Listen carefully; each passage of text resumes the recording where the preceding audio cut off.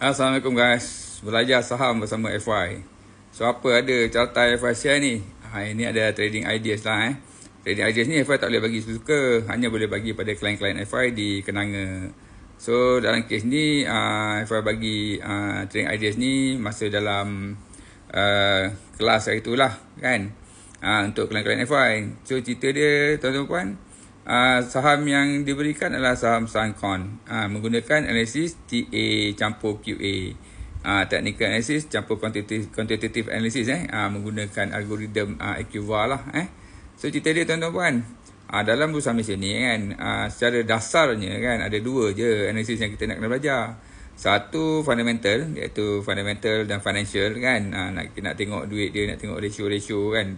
Nak tengok prestasi syarikat tersebut dari segi kewangan, ataupun nak tengok dia punya SWOT analysis lah. Nak tengok dia punya strength, weaknesses, opportunity dan threat yang ada dalam bursa saham tu sendiri.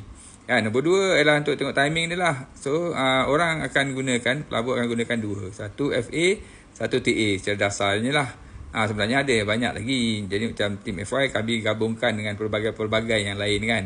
Ada quantitative, ada sentiment analysis, ada mosaic theory kan. Ada beberapa analisis yang lain untuk dikombinekan untuk jadi strategi dalam pemilihan saham untuk kita laburkan di Bursa Malaysia kan.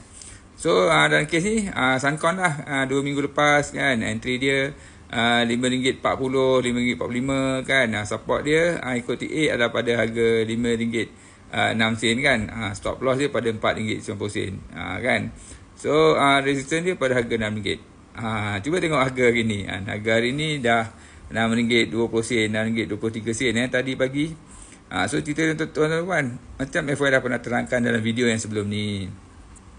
Kalau anda lihat sekarang ni market memang duit institution yang ada kat dalam tu. That's why tip saham pun memang kalau nak bagi trading ideas pun saham-saham yang besar. Sebab apa? Sebab kat situ ada duit.